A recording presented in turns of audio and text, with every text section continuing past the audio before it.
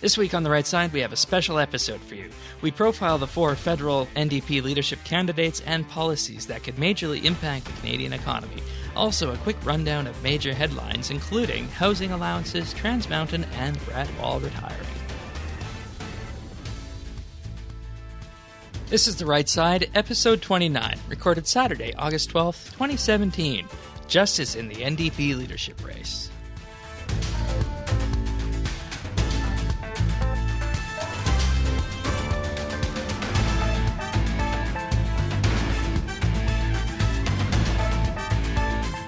Hello, everybody, and thank you for joining us for another episode of The Right Side. This week, Patrick and myself are back, as we are each week. Welcome back. It's good to be back, and good to have a very interesting episode outlined here for you guys. Yeah. It was a bit of a holiday this past Monday in most regions of Canada, so that kind of led to a slow news week, except for a few headlines here and there. So we thought, what better time of the summer than to go through another federal leadership candidate selection that's been happening. You guys might not know it, and the vast public might not know it, but there is another leadership race going on at the federal level in Canada right now, and that's with the federal NDP. So we don't really hear too much about this in the media, and it's not really talked about whenever there's a debate, and I don't think I've seen any major profiles done by any of the large media organizations of the 4 candidates who are running in this race.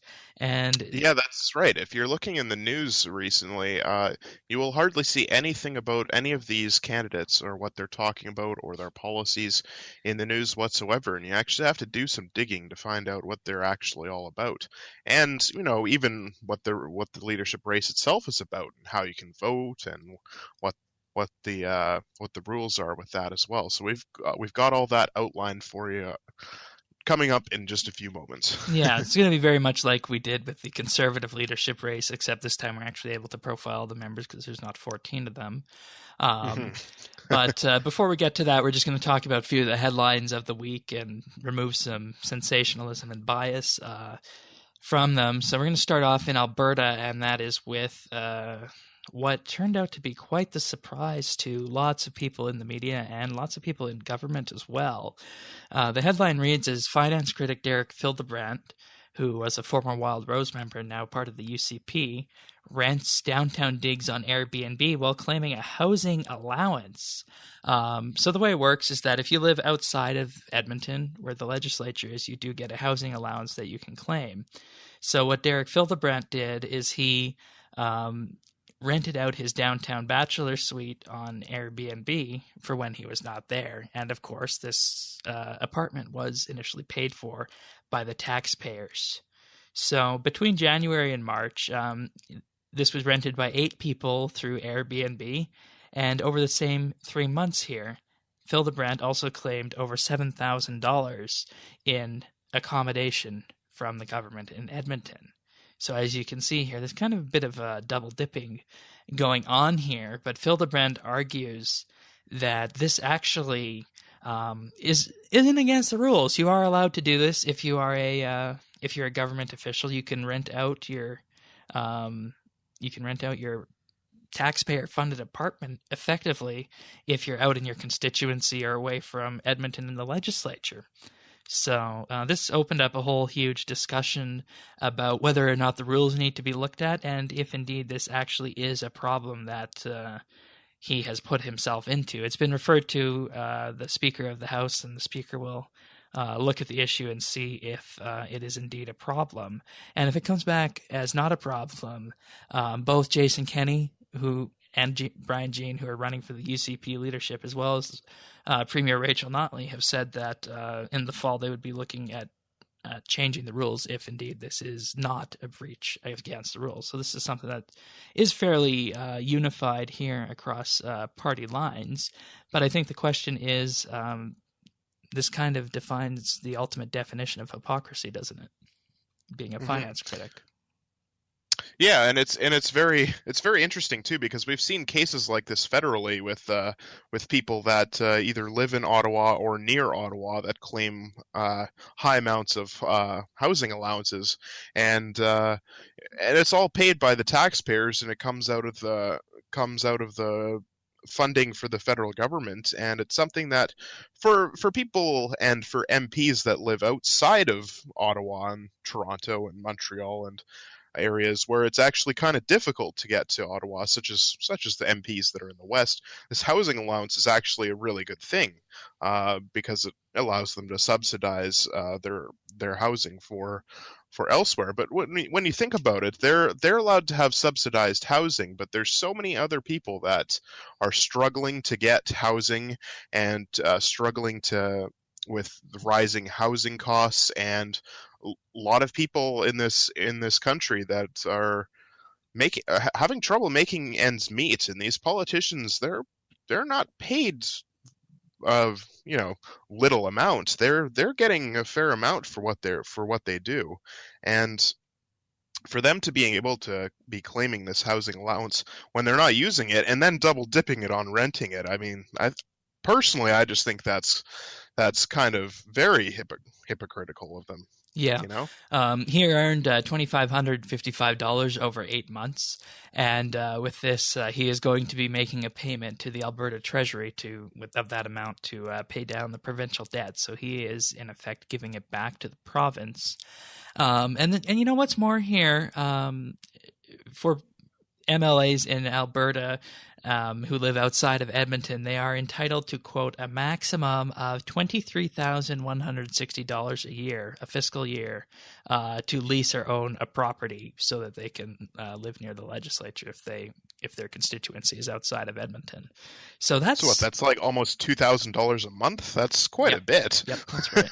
Yep. Yeah, so if you divided that by 12, that'd be roughly $1,930 a month rent you could budget if you're an MLA for something in Edmonton. And you could probably Hmm. find something for that.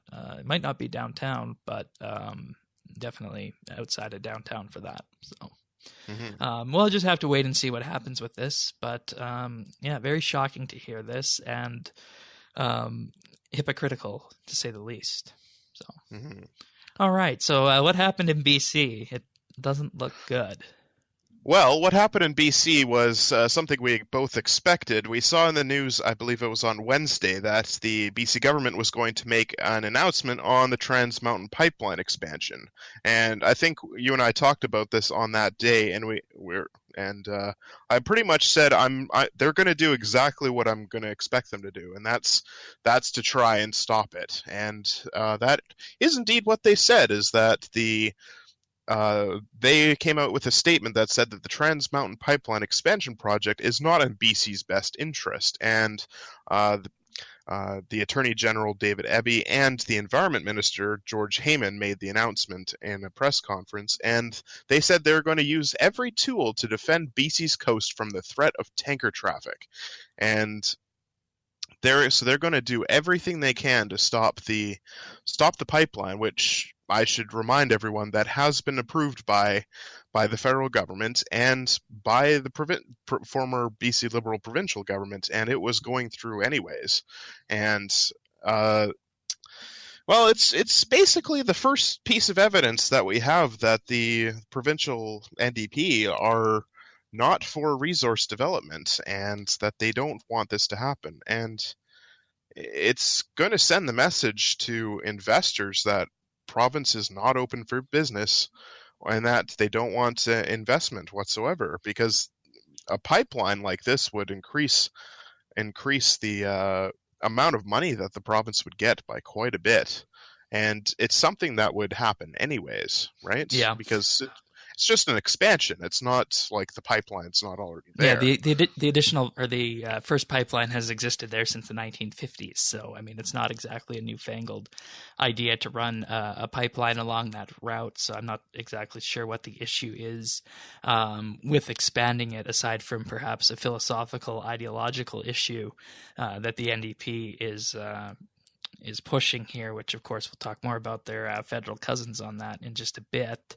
I'll just say it'll be interesting to see if they will be granted the intervener status that they're looking for, and that of course would give them a larger role in this pipeline project. But it's already been approved. It's been approved by the federal government. The NEB, Alberta wants it. So, I mean, I think it's still likely to go ahead, but you're right. It's all about the signals that will be sent with this. So. Hmm.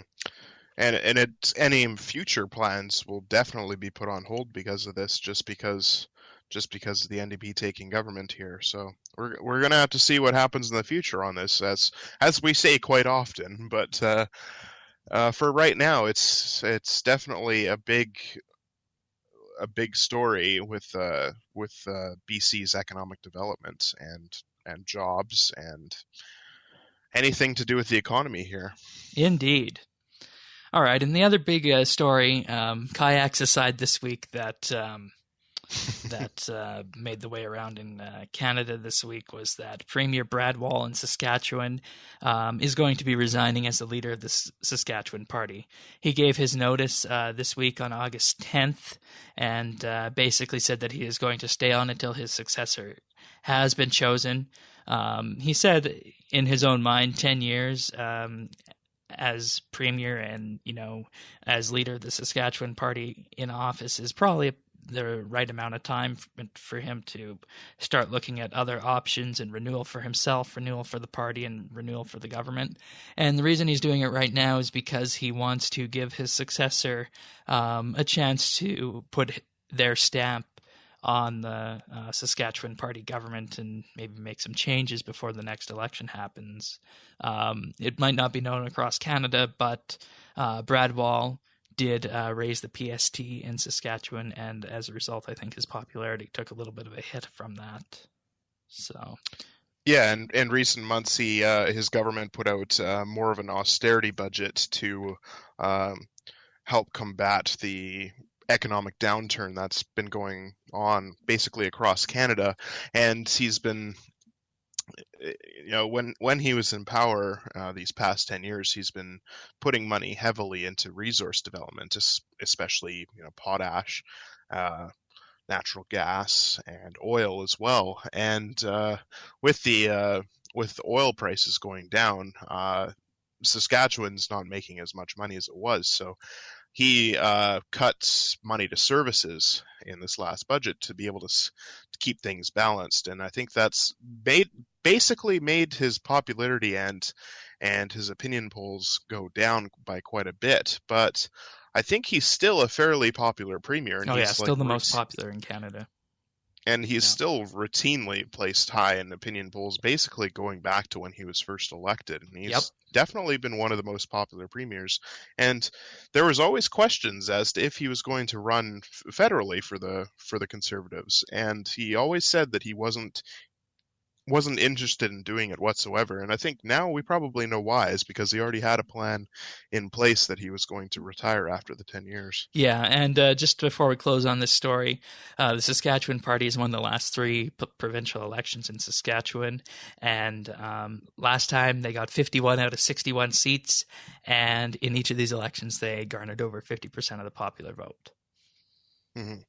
It's basically kind of like the BC Liberals in BC, except it's a bit more conservative. I would say it's kind of a coalition between the Conservatives and the Liberals in that province.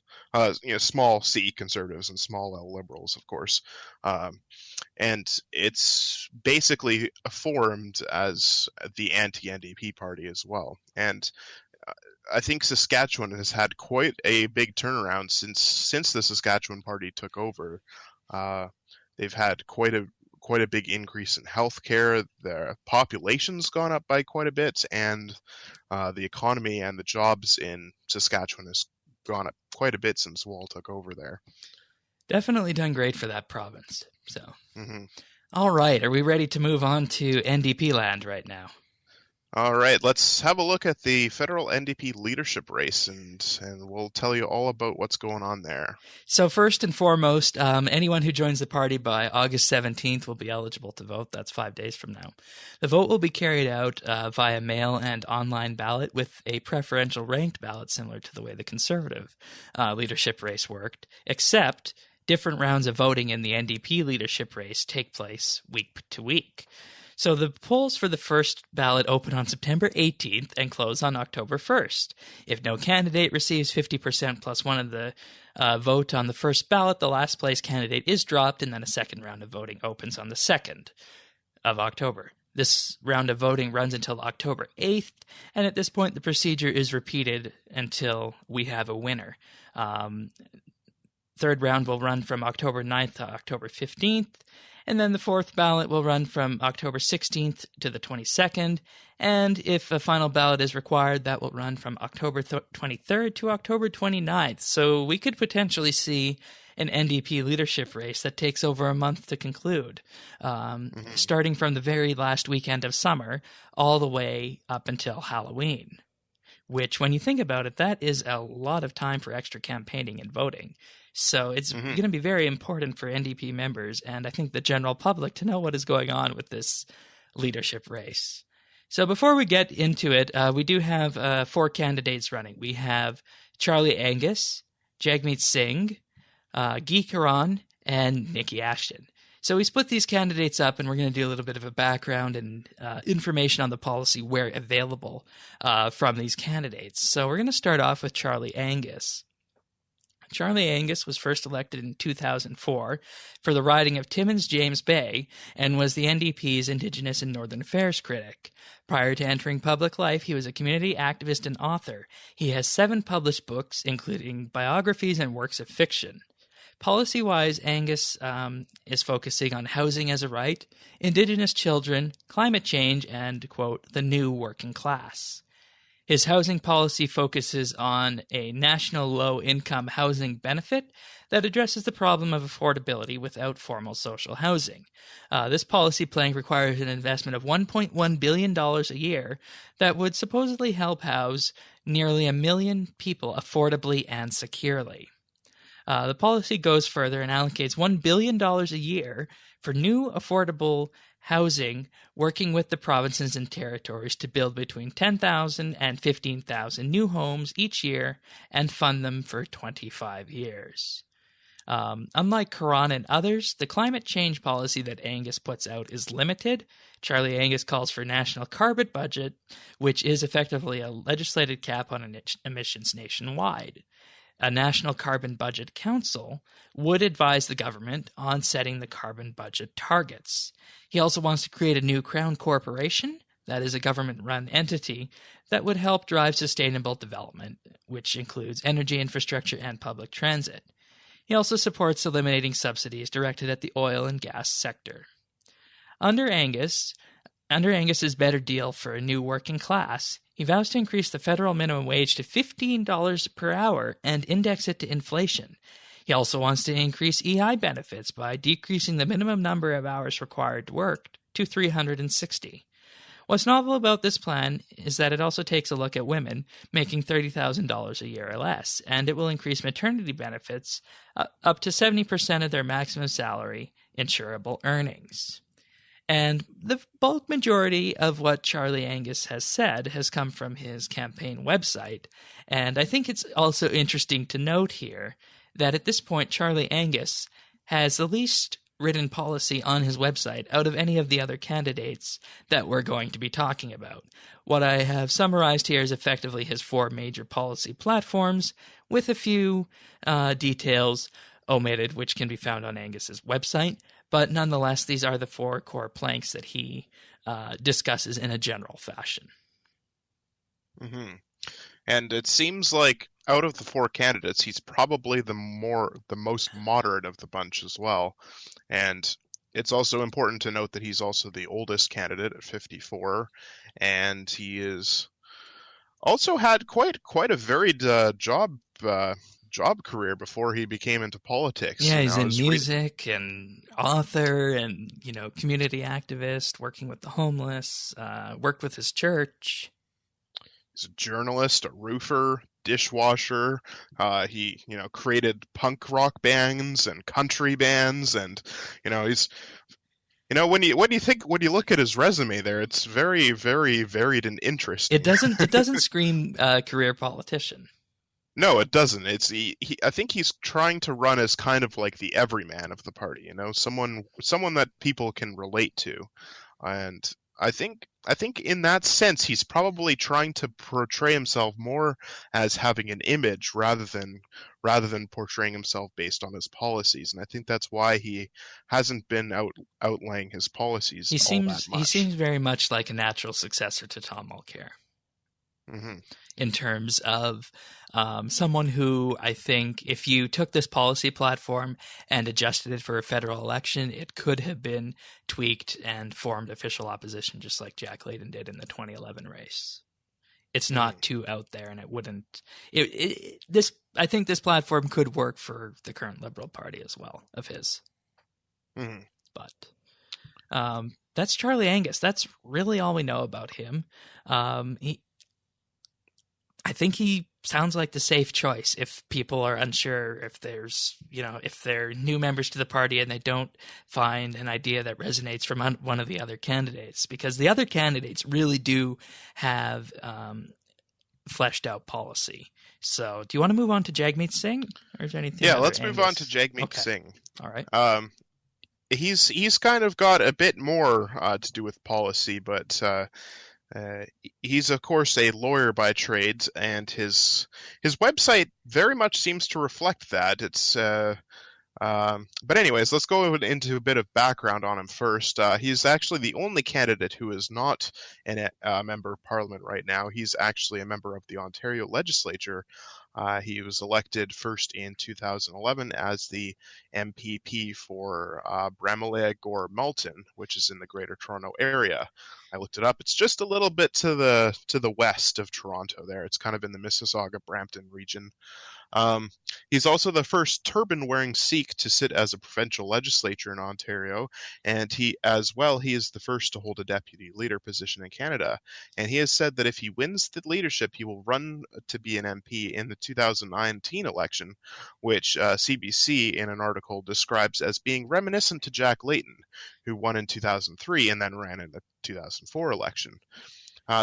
Before entering politics, Singh was a trial lawyer, as I said. He obtained a Bachelor of Science degree in biology from the University of Western Ontario 2001, and a Bachelor of Law degree from York University's Osgoode Hall Law School in 2005.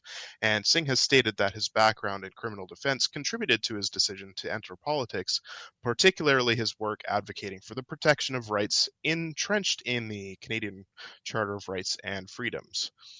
He's also fluent in English, French, Hindi, Tamil, and Punjabi. So he has quite a bit of background with the languages, not only on the Indian subcontinent, but also he's very much fluent in English and French. And like the other NDP candidates, Singh's policies are based around a drastic shift in taxation, environmental policy, and social justice. With most of his efforts actually being put into climate change and the environment, his policy website also kind of reads like it was designed by a lawyer as well, with some translation needed to kind of put it into everyday English. So I kind of did most of the work there on this one by basically condensing it down and giving some highlights here. So some of the major highlights include major emphasis on green infrastructure and climate change, which includes things such as a nationalized public transit program, phasing out the coal industry by 2030 and retraining coal industry workers into, quote, greener industries. He also wants a, quote, zero emission vehicle strategy, which he says will increase affordability and availability of electric cars. And he wants to do this by taxing high emission vehicle owners and companies. So people who have a Jeep or a Humvee, for instance, or one of those big Cadillac Escalades, you probably might get taxed a little bit if he wins. He also wants to create a so-called Green Building Compact, which basically translated means that he wants to make the building code more carbon neutral, and he wants to give out subsidies for people who build buildings and make them more environmentally friendly. So, say if you put solar panels on your roof, or if you have triple window panes, uh, thermal panes, or if you have other environmentally friendly actions, he'll give you a tax credit for that. Like other candidates, he also wants to have a cancellation of all subsidies to natural resource companies and to use, quote, tax incentives and rebates on goods, services, and investments to help us collectively meet our climate goals. Which basically means a carbon tax when you think about it. He wants to have tax incentives and rebates on goods and services, which basically means whatever you're buying, he wants to uh, put a tax on it based on where that product is coming from and what that product is. He also wants to create an independent climate change action officer of Parliament, which is mandated to report on emission reductions, including targets required by the Paris Agreement. And probably what I think is Singh's boldest environment plan is to harness Canada's status as a, quote, hydroelectricity superpower to, quote, connect the country through a national east-west renewable energy supergrid that links our country's vast renewable resources. So it would be very interesting to have someone ask him on something like, say, BC's Sightsee Dam, which the provincial NDP wants to cancel. That would be something that I would ask him if I That could would talk really to him. test this policy, wouldn't it? It certainly would, because when you think about it, it it would be very interesting to see a federal NDP candidate to go against provincial NDP leaders. Which is something that he doesn't actually do on his website. He actually sings the praises of the climate change policies of the two NDP premiers, BC's John Horgan and Alberta's Rachel Notley. He says, quote, "It's also no secret that there are those attempting to use the pipeline issue to drive a wedge between two of the NDP's most admirable provincial leaders. Both Rachel Notley and John Horgan should be commended by Canadians." So that's basically his climate change and green infrastructure policies there. There's a bit more on his website, but like I said, you'd probably need a bit of a translator to actually figure out what he's actually talking about. Some of his other policies include a Canadians with Disabilities Guarantee, which would provide those living with disabilities with a non-taxable living income. He also wants to combine old age security into other seniors' benefits, which at the end of the day would actually end up lowering the amount of money that seniors would get from OAS. He also wants to increase the taxable benefit for low-income full-time workers, which would basically be doing the same thing as increasing the minimum wage. He also wants to cancel unpaid internships, and he wants to make temp workers into permanent workers after 6 months. So when you look at it, well, that sounds like a good thing, but when you think about it, it actually would impact tourism, agriculture, and other temp-based industries quite a bit. He also decries the Liberal Infrastructure Bank and pledges that every public dollar is put to its best use possible under what he calls the Community Benefits Agreements, which would increase the say of local community organizations on local infrastructure projects. So he kind of wants to put that back into municipal government. He also wants to immediately implement a $15 per hour minimum wage for federal employees and have that keep pace with inflation. I think that if he was able to, he would probably make the $15 per hour minimum wage for everyone.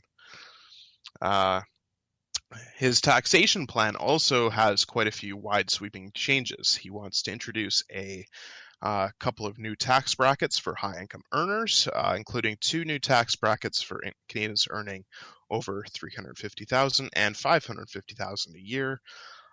Respectively, that are 2% and 4% higher than existing marginal rate, respectively. He also wants to increase the capital gains tax. He wants to add a 40% estate tax on assets. He also wants to reverse the corporate tax cuts of the last 20 years, and he wants to increase the corporate income tax to 19.5% from 15%. And here is the point where investment would turn off in Canada, mainly from the capital gains side of it and the corporate tax increases. Mm-hmm. Because you say it's only a 4.5% increase, but that is a lot compared to where we are at right now. After all, 4% of 1 billion is still $40 million, and that's still quite a bit. Yep. So as we mentioned on episode 25, the NDP leadership candidates were asked about the so-called Regina Manifesto, which was adopted by the CCF in 1933, and which piece of that vision should be brought into Canada today. This is something that Shane talked about back then. Of course, the CCF was the precursor to the modern NDP, and the document states that no CCF government will rest content until it has eradicated capitalism and put into operation the full program of socialized planning, which will lead to the establishment in Canada of the cooperative commonwealth. Put simply, this means that the current crop of NDP candidates feels that capitalism should be reined back or limited in Canada, and Singh in the July debate has advocated for income redistribution. He states, quote, "People have wealth and they need to transfer that wealth to those living in poverty now." He also feels that wealth transfers are different than social programs and should play place in Canada. So based on this, we can tell that Singh's policies would change the economy of Canada and really impact on how companies would do business in Canada. And this is where the NDP leadership candidates start to look a whole lot similar. As you could see initially, Charlie Angus didn't really have too much on policy, but Jagmeet Singh has no qualms about issuing what he would like to do with the federal NDP and the government should he gain control of it. That continues with Guy Caron, if you'd be ready to move on to Caron. I think we are. All right. So Caron was first elected in the 2011 election for the riding of Rimouski, Neguet, Temuska, Le Basques as the NDP finance critic. Before running in the previous three federal elections, 2004, 2006, and 2008, he was an economic researcher for the Communications, Energy, and Paper Workers Union of Canada. Caron's primary policy platform is rooted in his Basic Income Action Team. This means that he feels that the government should provide a basic income for all Canadians that covers food, shelter, and clothing.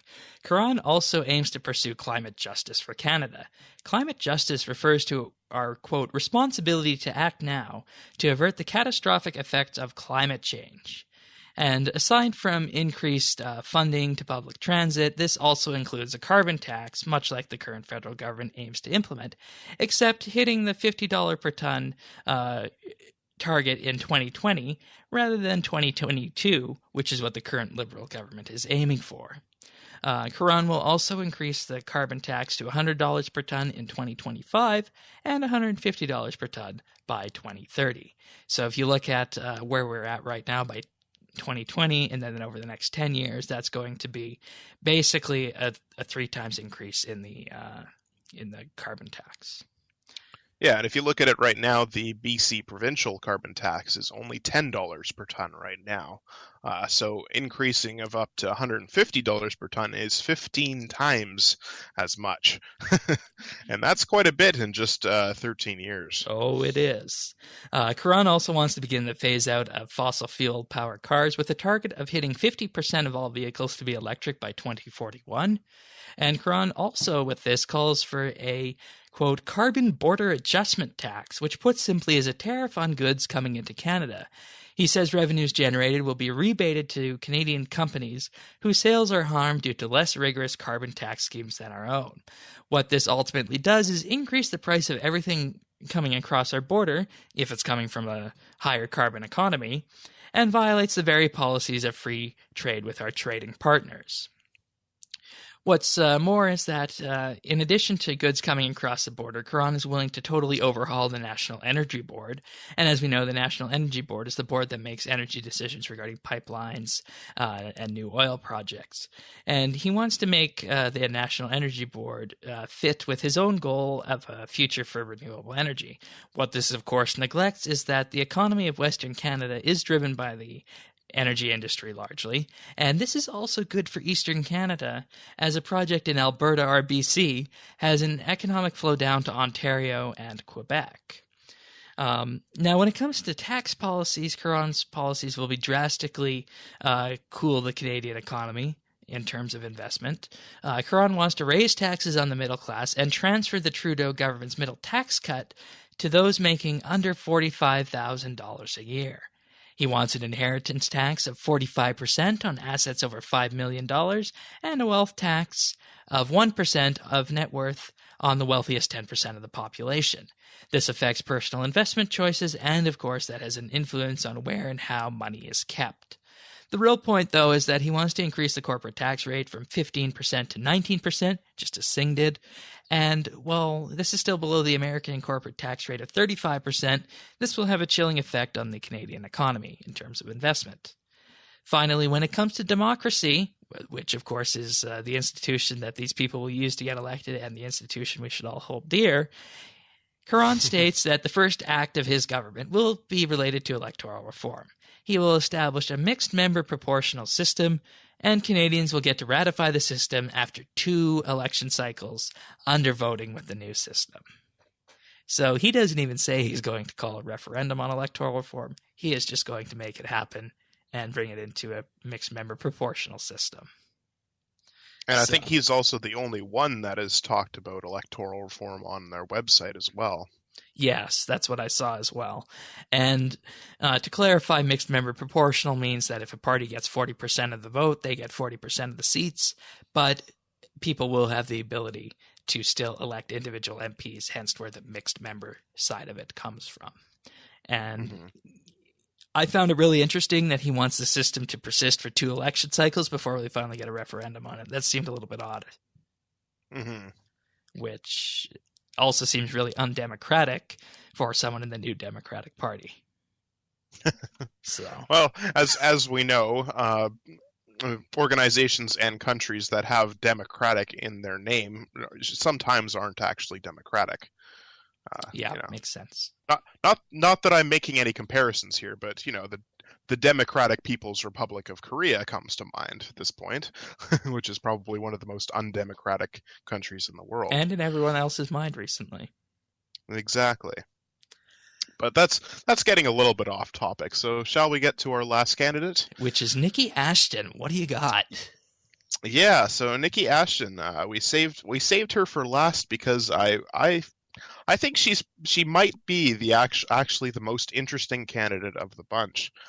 So she was first elected in 2008 at the age of 26 as an MP for the riding of Churchill. She's the longest elected MP in the race, but she's also the youngest candidate, beating out Singh by just 4 years. She won the NDP nomination for Churchill in 2005 at just 23, and she came in second place in the 2006 election. She also ran in the 2012 NDP leadership race, but she was eliminated on the first ballot in 7th place. She's currently the NDP critic for jobs, employment, and workforce development, and she's also been the critic for post-secondary and youth, rural and community development, and the status of women. So a bit of background on her. She is the daughter of the former Manitoba provincial NDP cabinet minister, Steve Ashton, who served in Gary Dewar and Greg Sillinger's cabinet. And he was an MLA for 35 years. So clearly the NDP platform has been passed down from father to daughter here. So in May 2017, Ashton announced that she was pregnant and that she was expecting a child in November, which is actually probably just a few days after the leadership election might conclude, as we mentioned before. She has stated that, quote, "Like millions of Canadian women, I will carry on with my work," and she intends to continue with her leadership campaign. She's also not afraid to label herself as a democratic socialist, and as a leader of the NDP, she said and vowed, actually, that she would shift the NDP further to the left. So one thing that is very good about her is that she actually has a very detailed website which outlines all of her policies. as expected of an NDP candidate, most of her core planks highlight different social justice issues, and she uses that phrase quite liberally on her website as well. So, some of her policies include what she calls justice for Indigenous peoples. So, Ashton wishes to continue the work of the Truth and Reconciliation Commission and to end what she calls economic discrimination against First Nations by providing better government services to reserves and providing better housing, drinking water, education, healthcare, and to help address the high rates of incarceration and suicide among First Nations. One very interesting but likely costly idea she has is the creation of what she calls urban reserves, which would be First Nations reserves near to population centers. But she doesn't really have much of a plan on how to fund this idea or how it would come about. Uh, so one of her other policies is eliminating tuition fees and strengthening public post-secondary education. So she wants to make post-secondary free for anyone wishing to partake and by helping to eliminate student loan debt. She also wants to lower tuition fees on international students, which she refers to the higher rate that the international students pay tuition as exploitation, and she wants to allow the international students the same healthcare as Canadians and to more easily apply for citizenship. So another one of her big policies is what she calls racial justice, dignity, and respect. So Ashton believes that our, quote, criminal justice system upholds the oppression of racialized communities while fostering Islamophobia, anti-black racism, and violence towards indigenous peoples. And that, quote, this is a result of centuries of colonization and systemic racism in our institutions. So she plans to change this by drastically reforming the police and RCMP and the border services, and by expanding the rights of those convicted of a crime, as well as repealing the Safe Third Country Party Agreement for the United States, quote, while it continues Islamophobic practices and directly oppresses folks who have entered the United States as a safe haven. So she's not mincing words here. So basically, she wants the migrants to keep flowing into Canada, then, is what she's saying. Basically. And she thinks that there is a major problem with our system and wants to change it from the ground up. And she's not playing half measures on this too either. And this is also something that you see in what she calls environmental justice. So Ashton wants to immediately implement practices that would help to combat climate change, which she feels is directly created by, quote, corporations and the neoliberal agenda. In doing so, she wants to do this by heavily taxing industries in Canada, especially natural resource companies and manufacturing companies, and by implementing a carbon tax to help pay for green retrofits and, quote, low carbon housing. But don't worry, she feels that, quote, running a deficit today to finance the capital investments we need for a prosperous green future tomorrow will more than repay itself moving forward. So another one she calls is ending gender violence and discrimination. So Ashton wishes to tackle this problem with, quote, a strong feminist vision, and by listening to, quote, women and trans folk. Under economic justice, Ashton promises to bring equality to the workplace by creating a living income policy that rises to keep up with the cost of living, raising taxes on corporations and the wealthy, reduction of corporate concentration in industries, and by investing in public and social ownership of key businesses, and to also make pharmaceutical companies government-owned and controlled. Or basically, to sum it all up in one word, socialism. Well, she did say also, democratic socialist. Or we could say democratic socialism, but in essence, it's a socialist policy, I think. And she herself says that it's democratic socialism, right? She also makes note that, quote, even more Canadian jobs are being put on the line by political bullying from the likes of Donald Trump. So clearly that would be very interesting if she was ever in a position to ever negotiate any trade deals with the U.S. president. So another one that she talks about is what she calls fair taxes for a just society. So we're getting a bit of a theme here with justice, right? So when it comes to taxation, Ashton does not do any half measures, and any, let alone all of her plans, would actually dramatically alter the Canadian economy and the way Canada does business. Ashton wants to create new tax brackets and more heavily tax not just the top 1% like the others do, but the top 5%, or as she refers to it as any household making over just $120,000 a year. Now, remember, Singh, his one was $350,000 a year. I think Karan's was, what was it? I think it was I think 100. it was top 1%. It was just top Yeah. 1%, whereas Ashton's quite a bit further than that. She also wishes to treat capital gains as wage income, which would drastically alter the real estate market, the auto industry, and any other high cost industry, such as electronics, computers, TVs, anything like that. And as well, she also plans to double the average corporation tax rate to 21%, which is higher than any of the other candidates. And she also wants to tax banks on any profitable transaction. And she also wants to eliminate any subsidies to natural resource companies. And by creating a progressive wealth tax and estate tax, she also wants to halve TFSA and RRSP contribution limits and to introduce a 0.5 transaction tax on all purchase of stocks, which she refers to as a, quote, Robin Hood tax on Bay Street. So, As we all know, Robin Hood stole from the rich to give to the poor. Mm-hmm. And that I think would really alter what would happen in the stock market, and it would have a huge effect on what corporations do in Canada. And what's even more interesting is in one of her environmental policies, she also is against Kinder Morgan, but the way she justifies this is really interesting. She justifies canceling the Kinder Morgan pipeline expansion in BC, which of course we've already mentioned has been approved by the federal government, because it would be, quote, respecting the views of First Nations and British Columbians, as the new Green propped up BC NDP government was, quote, formed because of common ground on key issues, particularly opposition to Kinder Morgan. And I think what she forgets is that British Columbians are actually really deeply divided on this issue. You ask 10 people, you will get 10 different answers on the issue, I think.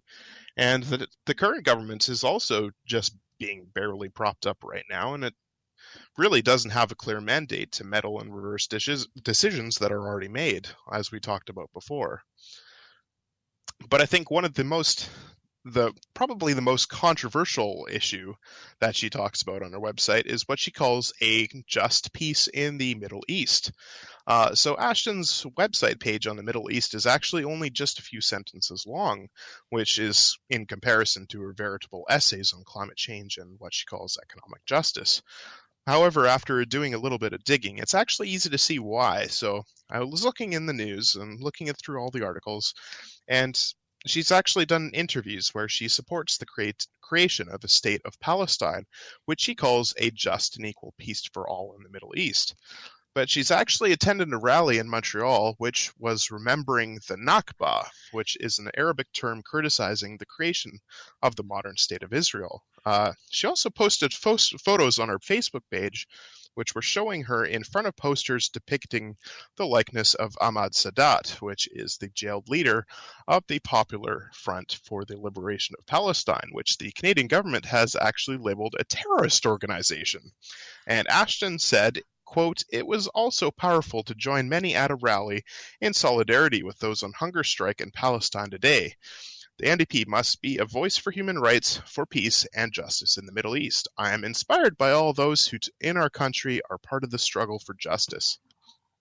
So Michael Mostyn, who is the B'nai B'rith Canada's chief executive officer, he says that Ashton failed to say that most of the hunger strikers had been imprisoned for committing terrorist attacks that had killed Israeli civilians. And he has said that Sadat is a murderer who served a 10-year sentence for assassinating Israeli tourism minister.